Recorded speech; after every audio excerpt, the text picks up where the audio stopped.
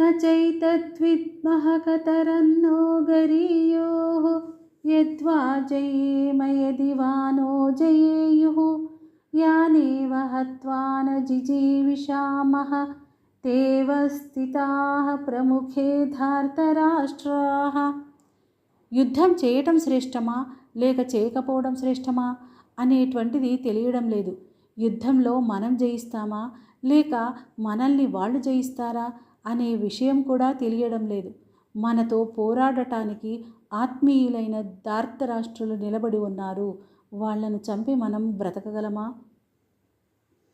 కార్పణ్యదోషోపహత స్వభావః పృచ్ఛామి త్వాం ధర్మసమ్మూఢచేతాః యచ్ఛ్రేయస్యానిశ్చితం బ్రూహి తన్మే శిష్యస్తేహం షాధి మాం త్వాం ప్రపన్నం.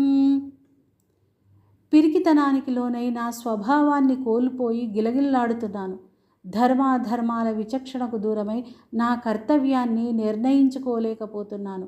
నాకు నిజంగా శ్రేయస్కరమైన దానిని తెలుపుము. కృష్ణ, నేను నీకు శిష్యుడిని, శరణాగతుడను, ఉపదేశింపుము.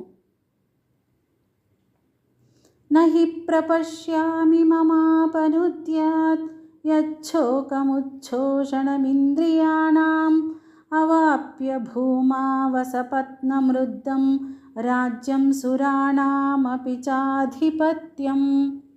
ఈ శోకం నా ఇంద్రియాలను దహించేస్తుంది. సిరి సంపదలతో కూడిన తిరుగులేని రాజ్యాధికారం లభించినా, కడకు స్వర్గాధిపత్యం లభించినా శోకం చల్లారే ఉపాయం కనిపించడం లేదు.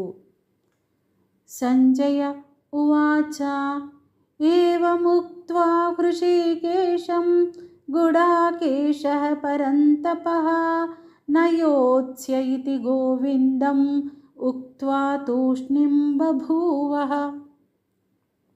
సంజయుడు పలికెను, ఓ రాజా, ఈ విధంగా పలికిన పిమ్మట అంతర్యామి అయిన శ్రీకృష్ణునితో గుడాకేశుడైన అర్జునుడు నేను యుద్ధం చేయను అని స్పష్టంగా చెప్పి మౌనంగా ఉండిపోయెను.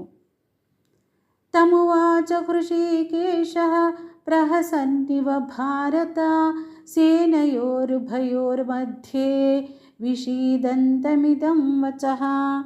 ఓ ధృతరాష్ట్ర, రెండు సేనల మధ్య శోకంతో ఉన్న అర్జునుని చూచి శ్రీకృష్ణుడు చిరునవ్వుతో ఇట్లు పలికెను.